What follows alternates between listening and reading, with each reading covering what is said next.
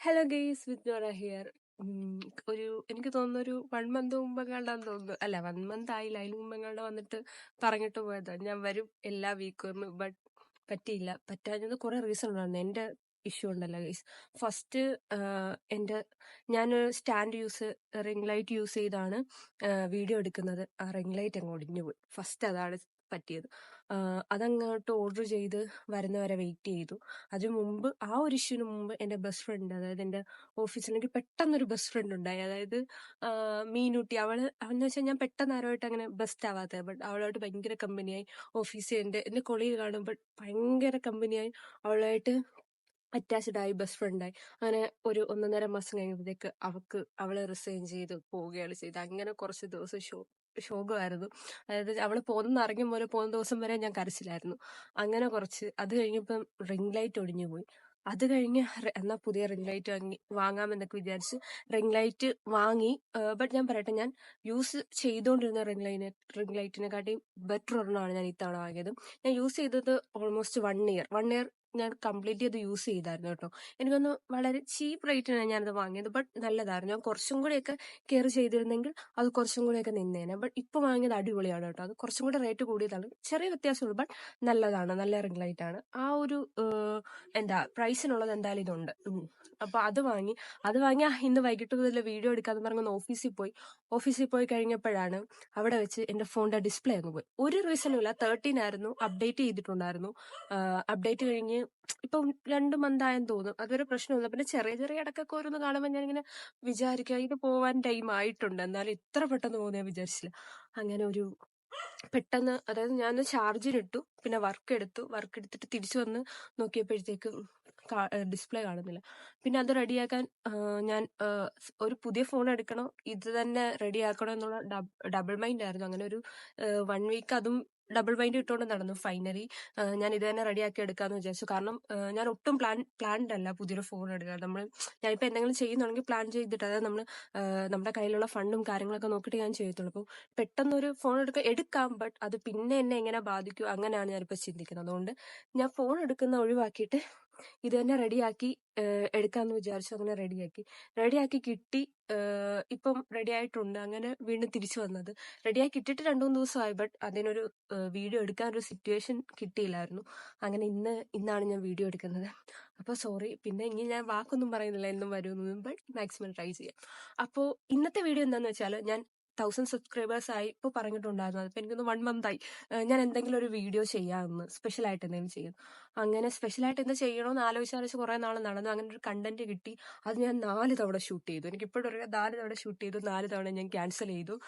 കാരണം പറഞ്ഞു വരുമ്പോൾ ഒരുപാട് കാര്യങ്ങൾ പറയുന്ന പോലെ എനിക്ക് ഫീൽ ചെയ്തു. അങ്ങനെ ഞാൻ 4 തവണയും ക്യാൻസൽ ചെയ്തു. ബട്ട് പറഞ്ഞു പോകുമ്പോൾ എല്ലാം ഒന്നും പറയാതെ ഒരുവിധമൊക്കെ പറഞ്ഞു പോകാന്നുള്ള ഡിസിഷനിൽ ഞാൻ വീണ്ടും വീഡിയോ എടുക്കുകയാണ്. വീഡിയോ എന്താണെന്ന് വെച്ചാൽ, എല്ലാവർക്കും ഇപ്പോൾ ഉള്ള എന്നെ അറിയത്തുള്ളൂ. ഇതിനു മുമ്പ് ഞാൻ എന്താണെന്ന് അറിയാത്ത കുറച്ച് പേരുണ്ട്. അതായത് എനിക്ക് തോന്നുന്നു കുറച്ച് പേർക്കൊക്കെ അറിയാം. എന്നാലും പുതിയ സബ്സ്ക്രൈബേഴ്സ്, അല്ലെങ്കിൽ ഇപ്പൊ എന്നെ കണ്ടു തുടങ്ങിയ കുറച്ച് ആളുകൾക്ക് അറിയില്ല ഞാൻ എന്തായിരുന്നു മുമ്പെന്ന്. അപ്പൊ ഞാൻ വിചാരിച്ചു, ബിഫോർ നോറ അങ്ങനെ ഒരു കണ്ടന്റ് ചെയ്യാം. Before Nora and how Nora, ഇത് രണ്ടും കൂടി ചെയ്യാം എന്ന് വിചാരിച്ചു.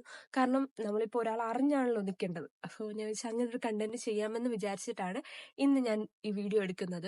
അപ്പോൾ ഇതിനകത്ത് പറയേണ്ട കാര്യങ്ങളുണ്ട്, പറയേണ്ടാത്ത കാര്യങ്ങളുണ്ട്, ഞാൻ മറന്നുപോയ കാര്യങ്ങളുണ്ട്, പിന്നെ പറഞ്ഞു വരുമ്പോൾ വരുന്ന കാര്യങ്ങളുണ്ട്. അപ്പൊ അതെല്ലാം കൂടി കൊണ്ട് എനിക്ക് എങ്ങനെ ഇത് ഫുള്ളായിട്ട് എടുത്ത് തീർക്കാമെന്ന് ഇപ്പോഴും പ്രതീക്ഷയില്ല. ബട്ട് മാക്സിമം ഞാൻ ട്രൈ ചെയ്യും.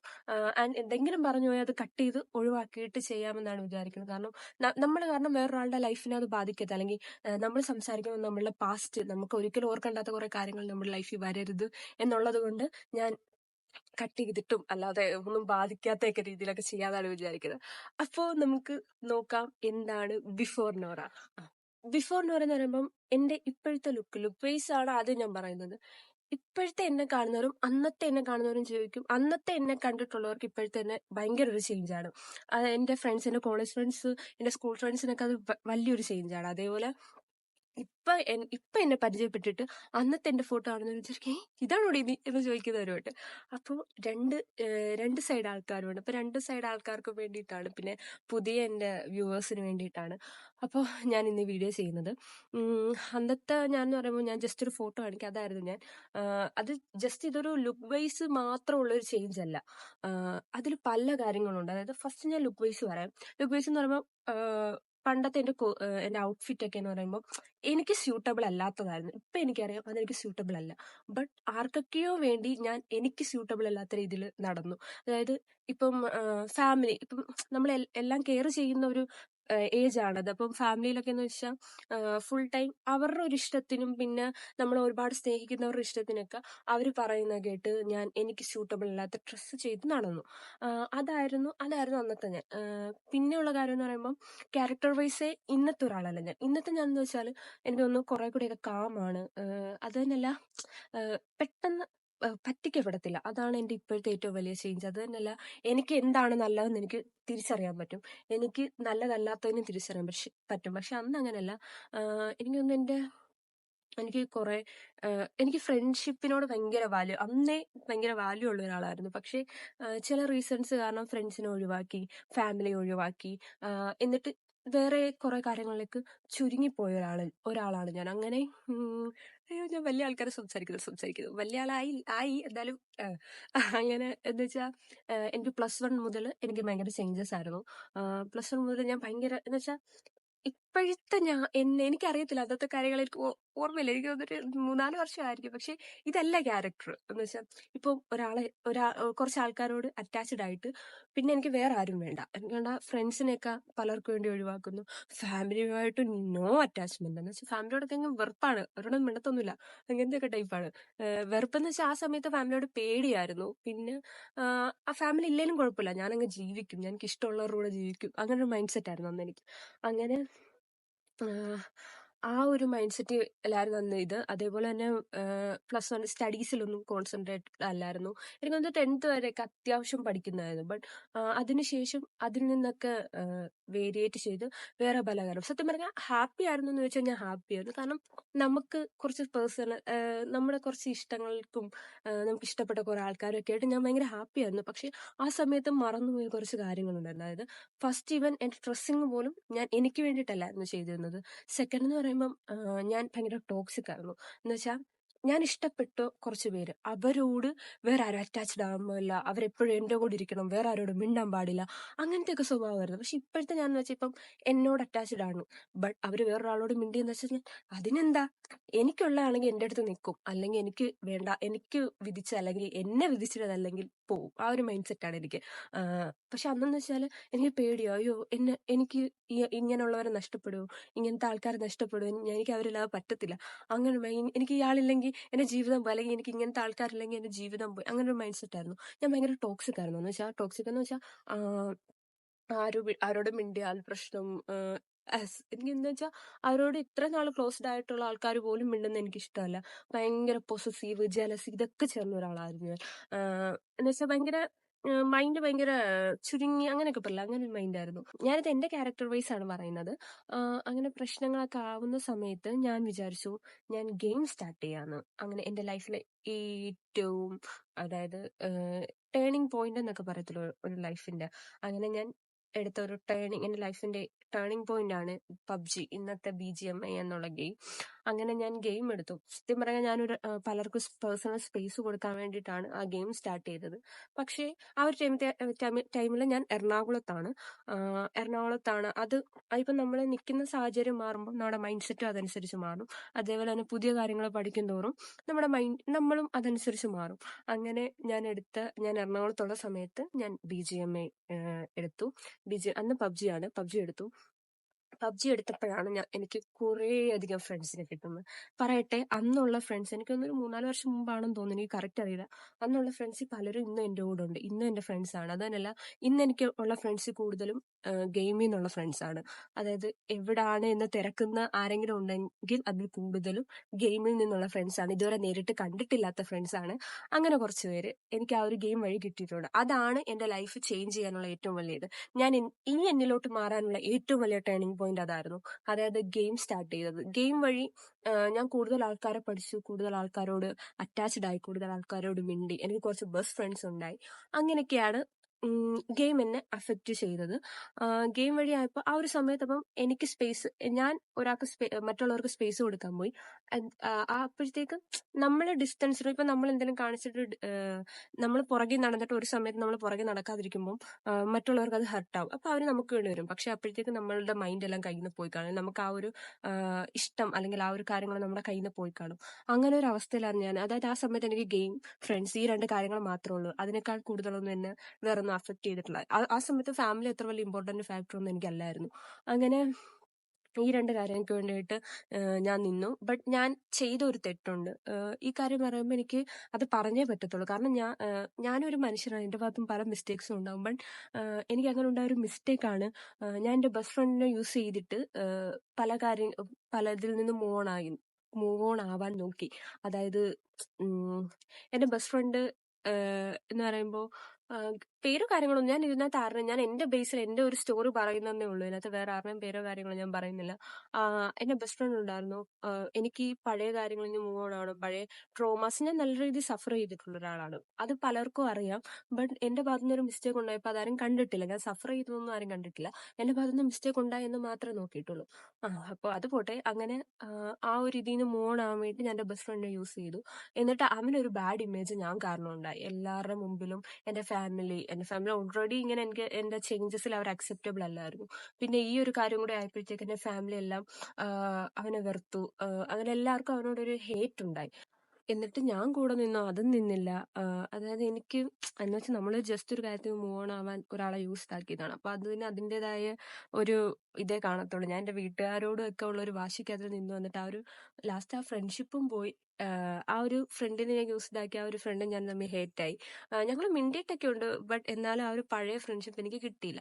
അതാണ് ഞാൻ കണ്ടിട്ട് ഞാൻ ആ ഒരു നോറ എന്നുള്ള ഒരു ക്യാരക്ടറിന് വരുന്നതിന് മുമ്പ് വരെ ചെയ്തതിൽ എനിക്ക് തോന്നുന്നു ഞാൻ ചെയ്ത തെറ്റ് അത് മാത്രമാണ്. അതായത് ബാക്കിയല്ല, എന്റെ ടോക്സിസിറ്റി, എന്റെ ജലസി, എന്റെ പൊസസീവ്നെസ് ഒക്കെ ഒരാളോടുള്ള അല്ലെങ്കിൽ പലരോടുമുള്ള സ്നേഹം കൂടുതൽ കൊണ്ടുണ്ടായതാണ്. ബട്ട് ഇതെന്ന് പറയുമ്പോൾ പലരോടുള്ള വാശിയുടെ പുറത്തുണ്ടായതാണ്.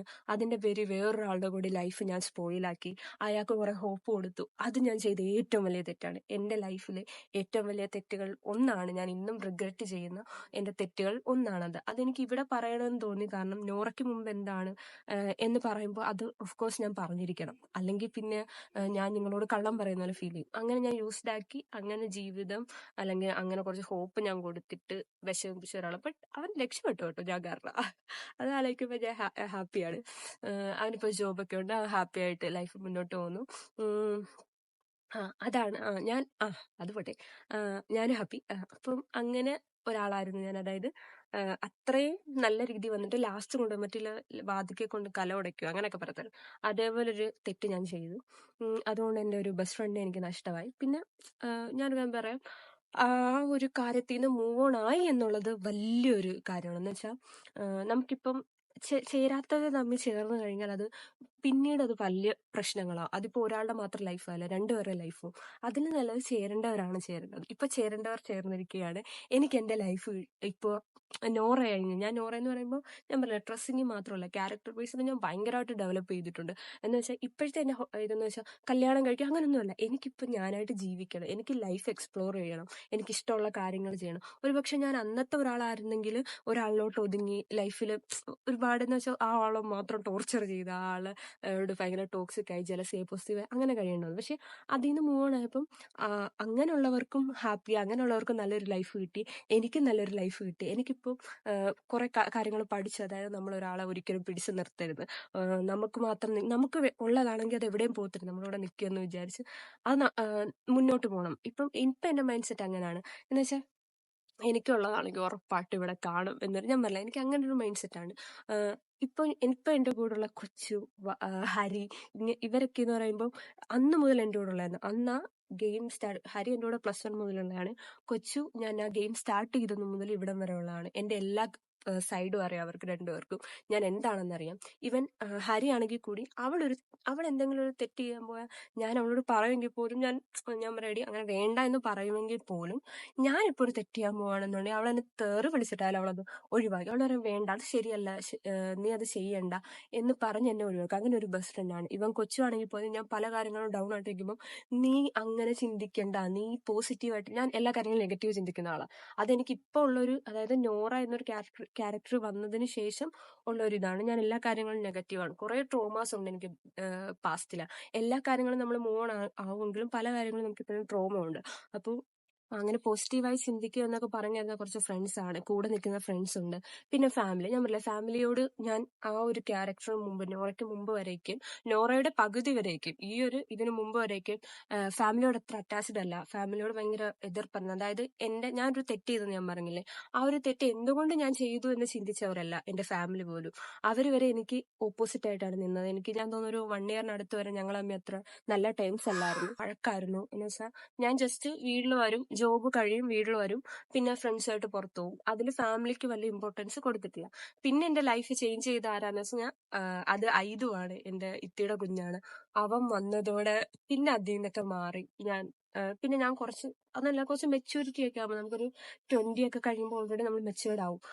20 ഒക്കെ കഴിയുമ്പോൾ ഞാൻ മെച്യൂർഡ് ആയി. ഞാൻ എന്റെ ഫാമിലി, ഇപ്പൊ ഫ്രണ്ട്സ്, ഇവർക്ക് രണ്ടുപേർക്കും ഞാൻ ഒരേപോലെ ഇമ്പോർട്ടൻസ് കൊടുത്ത് അവരുടെ രണ്ടുപേരും കാര്യങ്ങൾക്ക് വേണ്ടി ജീവിക്കുന്ന ഒരാളാണ് ഞാൻ. എന്റെ ഫാമിലിക്ക് ഞാൻ നല്ല ഇമ്പോർട്ടൻസ് ആണ്. ഇപ്പൊ ഞാൻ ജീവിക്കുന്നുണ്ടെങ്കിൽ അതിന്റെ ഫാമിലിക്ക് കുറച്ച് ഇഷ്യൂസ് ഉണ്ട്. ആ ഇഷ്യൂസ് തീർത്ത് നല്ല രീതിയിൽ എന്റെ ഡ്രീംസ് നടക്കണം, അവരുടെ ഇഷ്യൂസും മാറ്റണം, അങ്ങനെ ചിന്തിച്ച് നടക്കുന്ന ഒരാളാണ് ഞാൻ. അപ്പോൾ ഞാൻ പറയാം, ബിഫോർ നോറ എന്ന് പറയുമ്പോഴത്തേക്ക് ഇങ്ങനെയുള്ള ഒരാളെ അല്ല. അതായത് സ്വന്തം കാര്യം, സ്വന്തം ഇഷ്ടങ്ങൾ, അങ്ങനെ ജീവിക്കണം. അത്ര സ്വന്തം കാര്യം, സ്വന്തം ഇഷ്ടങ്ങൾ എന്ന് പറയുമ്പോൾ ചിലരിലോട്ട് മാത്രം ചുരുങ്ങി നിൽക്കുന്നു. ഇപ്പോഴത്തെ ഞാൻ എന്ന് പറയുമ്പോൾ എന്റെ ഡ്രീംസ്, എന്റെ കാര്യങ്ങൾ, എനിക്ക് എന്റെ ഡ്രീംസിന് പുറകെ പോകണം, എന്റെ ഫാമിലിയെ സപ്പോർട്ട് ചെയ്യണം, എനിക്ക് എന്റെ ലൈഫ് എക്സ്പ്ലോർ ചെയ്യണം, ഇങ്ങനെ ഒരാളാണ്. ഇപ്പൊ നമ്മൾ കുറച്ച് പേർക്ക് ഉണ്ടായിരിക്കും ഒരു റിലേഷൻഷിപ്പിൽ സ്റ്റക്ഡ് ആണ്, അല്ലെങ്കിൽ എന്തെങ്കിലും ഒരു കാര്യം സ്റ്റക്ഡ് ആണ്, മൂവ് ഓൺ ചെയ്യാൻ പറ്റുന്നില്ല. ഇങ്ങനെ ചിന്തിക്കും, അയ്യോ എനിക്ക് ഈ ആൾ, ഇപ്പൊ ഞാൻ റിലേഷൻഷിപ്പ് ബേസിൽ പറയുകയാണെങ്കിൽ എനിക്ക് ഇതില്ലെങ്കിൽ പറ്റില്ല, അല്ലെങ്കിൽ ഈ ആളില്ലെങ്കിൽ പറ്റത്തില്ല, എന്നെ എന്തിനു കൊള്ളാം, ഞാൻ അങ്ങനെ ചിന്തിച്ച ഒരാളാണ്. എന്നെ എന്തിനു കൊള്ളാം, എനിക്ക് ഇതില്ലെങ്കിൽ പറ്റത്തില്ല, എന്നെ വേറെ ആർക്കും ഇഷ്ടപ്പെടത്തില്ല, അങ്ങനെയൊക്കെ ചിന്തിക്കുന്നത്. അല്ലെങ്കിൽ എനിക്ക് നല്ല ലൈഫ് കിട്ടത്തില്ല. ഫസ്റ്റ് ഓഫ് ഓൾ കല്യാണം കഴിക്കുക അല്ലെങ്കിൽ ഒരു പാർട്ട്ണർ ഉണ്ടാകുന്നത് മാത്രമല്ല നമ്മുടെ ലൈഫിന്റെ ഏറ്റവും വലിയ ഇമ്പോർട്ടൻസ്. അതിനപ്പുറവും നമുക്ക് ലൈഫുണ്ട്. അതായത് കല്യാണം എന്നതേ ഒരു ഫാക്ടറല്ല, അല്ലെങ്കിൽ ഒരു പാർട്ട്ണർ എന്നതേ ഒരു ഫാക്ടറല്ല. നമ്മുടെ ശരിയാണ്, നമുക്ക് ബേസിക് നീഡ്സ് ഉണ്ട്, നമ്മുടെ ബോഡിയുടെ നീഡ്സ് ഉണ്ട്, പല കാര്യങ്ങളുണ്ട്. ബട്ട് അതിനേക്കാളൊക്കെ അപ്പുറം നമ്മുടെ ലൈഫിന് അല്ലാത്ത കുറച്ച് കാര്യങ്ങളുണ്ട്. അതിന്റെ പുറകെ പോകുമ്പോൾ ഓഫ് കോഴ്സ് നിങ്ങൾക്ക് നല്ലൊരു ആള്, അതായത് ഇപ്പൊ പാർട്ട്ണറിന് ഒരുപാട് ഇമ്പോർട്ടൻസ് ഒരു പാർട്ട്ണർ കൂടെ വേണമെന്ന് ഉള്ള ആളാണെന്നുണ്ടെങ്കിൽ ഓഫ് കോഴ്സ് നിങ്ങൾക്ക് വേണ്ട ആള് നിങ്ങൾക്ക് വരും. അല്ല എന്നുണ്ടെങ്കിൽ നിങ്ങൾക്ക് ഡ്രീംസ് ആണ് ചേസ് ചെയ്യണമെങ്കിൽ നിങ്ങൾ അതിനുവേണ്ടി എന്തായാലും വർക്ക് ചെയ്ത് കഴിഞ്ഞാൽ ആ ഒരു ഡ്രീം നിങ്ങൾക്ക് കിട്ടും. അതേപോലെയാണ് ഇപ്പൊ ഞാനും ചിന്തിക്കുന്നത്. ഞാനും ഒരു ടൈമിൽ, ഞാൻ പറയാം, എന്റെ പാസ്റ്റിലെ കുറെ ട്രോമാസ് ഇപ്പോഴും എന്നെ ഹോണ്ട് ചെയ്യുന്നുണ്ട്. അതില് എനിക്കിപ്പം എനിക്ക് ഒരാളോട് റൊമാൻറ്റിക് ആവാൻ പറ്റില്ല. എനിക്ക് റൊമാൻസിനോടൊക്കെ ഭയങ്കര ക്രിഞ്ചായിട്ട് ഫീൽ ചെയ്യും. പക്ഷെ അതൊക്കെ ഒരു സിഗ്മയാണെന്ന് ഞാൻ പറയുന്നില്ല. അതൊക്കെ സത്യം പറഞ്ഞാൽ അത് നമ്മുടെ ലൈഫിൽ ഒരു പാർട്ട്ണർ വരുമ്പോൾ അതൊരു നെഗറ്റീവ് ഷെയ്ഡ് തന്നെയാണ്. അതായത് നമുക്ക് നമ്മളുടെ കൂടെ വരുന്ന ആൾക്കത് അങ്ങനെയൊക്കെ എക്സ്പ്ലോർ ചെയ്യാൻ വരുന്ന ആളായിരിക്കും. പക്ഷെ നമുക്കതൊരു ക്രിഞ്ചായിട്ട് ഫീൽ ചെയ്യുമ്പോൾ അത് ഭയങ്കരമായിട്ട് ഓപ്പോസിറ്റ് നിൽക്കുന്ന ആളത് നല്ല രീതിയിൽ ബാധിക്കും. ബട്ട് ഞാൻ എല്ലാം എനിക്കിപ്പോൾ ഓക്കെ ആയി വരുന്നുണ്ട്. ഒരു 100% ഓക്കെ ആയില്ലെങ്കിൽ ഒരു 90%ഓളം ഞാൻ ഓക്കെയാണ്. എനിക്ക് പല കാര്യങ്ങളും ക്രിഞ്ചായിട്ടുള്ള പല കാര്യങ്ങളിലും ഞാൻ തന്നെ ചിന്തിച്ചെടുക്കുന്നുണ്ട്. അത് ശരിയല്ല, നീ മൂൺ ആവണം, നീ ഇതാവണം അതാവണം എന്നൊക്കെ പറയും. ഞാൻ തന്നെ അതിൽ നിന്ന് മൂൺ ആവുന്നുണ്ട്. പിന്നെ എനിക്കിപ്പം അതിനേക്കാളൊക്കെ ഇമ്പോർട്ടൻസ് എന്റെ ഡ്രീം ഉണ്ട്, അതിലെത്തണം, പിന്നെ ഫാമിലിയെ സപ്പോർട്ട് ചെയ്യും, ഇങ്ങനെയൊക്കെയാണ്. അപ്പം നിങ്ങളും ഇപ്പൊ ഇതേപോലെ സ്റ്റക്ഡ് ആയിട്ട് നിൽക്കുന്നുണ്ടെങ്കിൽ നിങ്ങൾ ജസ്റ്റ് ചിന്തിക്കുക, ഈ ആളില്ലെങ്കിൽ ജീവിക്കാൻ പറ്റില്ല, അല്ലെങ്കിൽ ഇങ്ങനെ ഇതില്ലെങ്കിൽ ജീവിക്കാൻ പറ്റില്ല എന്ന് ചിന്തിക്കുന്നിടത്ത് നിന്ന് ഒറ്റയ്ക്ക് ജീവിക്കാൻ പഠിക്കുന്നതാണ് ബെറ്റർ. പിന്നെ അതേപോലെ തന്നെ ഞാൻ ചെയ്ത ഒരു മന്ദബുദ്ധിത്തരം കാണിക്കരുത്. അതായത് നമ്മള് മൂവ് ആവാൻ വേണ്ടിയിട്ട് വേറൊരാളെ യൂസ് ആക്കരുത്. മൂവെന്നല്ല, ഒന്നിനു വേണ്ടിയിട്ടും നമ്മളൊരാളെ യൂസ് ആക്കരുത്.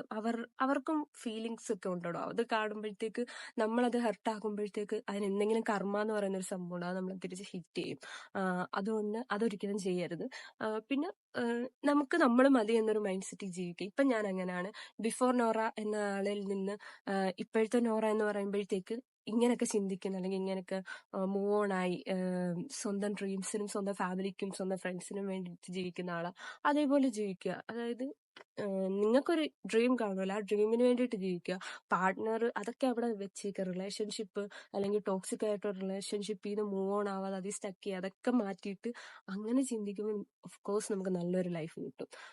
ഇപ്പൊ ഞാൻ ജീവിക്കുന്ന അങ്ങനെ ലൈഫാണ്. എനിക്ക് എവിടെ വേണമെങ്കിലും പോവാം, എന്ത് ഡ്രസ്സ് വേണമെങ്കിലും ഇടാം, എന്ത് വേണമെങ്കിലും ചെയ്യാം. അതിപ്പോ ഇതൊരു മോട്ടിവേഷൻ ക്ലാസ് പോലെ പൊയ്ക്കൊണ്ടിരിക്കുകയാണ് എന്റെ ലൈഫ് പറയാൻ വന്നിട്ട്. അപ്പൊ ടൈം ഒരുപാടായി, ഞാൻ പോട്ടെ. ഇതാണ് എന്റെ ലൈഫ്, ഇതാണ് എന്റെ ബിഫോർ എന്ന് പറ. ഇതിലെന്തെങ്കിലും ഡൗട്ട് ഉണ്ടോ എന്ന് എനിക്ക് അറിയത്തില്ല, ഞാൻ പറഞ്ഞതെല്ലാം കറക്റ്റ് ആണോ എന്ന് എനിക്ക് അറിയത്തില്ല. ബട്ട് ഇതായിരുന്നു ബിഫോർ എന്ന് പറ. ഒന്നും പല കാര്യങ്ങളും ചുരുങ്ങി ജീവിച്ച ആളിപ്പോ ഒരു ഡ്രീമിന് വേണ്ടിയിട്ട് സ്വന്തം ഫാമിലിക്ക് വേണ്ടിയിട്ട് ജീവിക്കുക. അതാണ് എന്റെ ലൈഫിലെ ഏറ്റവും വലിയ മാറ്റം. അല്ലാതെ ഡ്രസ്സോ എന്റെ ലുക്ക് വൈസുള്ള ചേഞ്ചസോ ഒന്നുമല്ല. ഒതുങ്ങിക്കൂടിയെടുത്ത് നിന്ന് ഫാമിലി അല്ലെങ്കിൽ ഡ്രീം എന്നതിന്റെ പുറകെ ചേസ് ചെയ്യാൻ തുടങ്ങി എന്നതാണ് എന്റെ ലൈഫിലെ ഏറ്റവും വലിയ മാറ്റം. അപ്പൊ നിങ്ങളും പലതിൽ നിന്നും സ്റ്റക്ക് ആയിട്ടുണ്ടെങ്കിൽ അതിൽ നിന്നെല്ലാം മൂവ് ഓൺ ആയിട്ട് അങ്ങനെ ജീവിക്കാൻ നോക്കുക. അപ്പോൾ ഇനി എന്തെങ്കിലും എന്നല്ല, ഇനി എന്തെങ്കിലും ഒരു കണ്ടന്റ് ഇതേപോലെ ഒപ്പിച്ചിട്ട് ഞാൻ വരാം. മാക്സിമം നേരത്തെ തന്നെ വരാൻ നോക്കാം. അപ്പൊ ബൈ.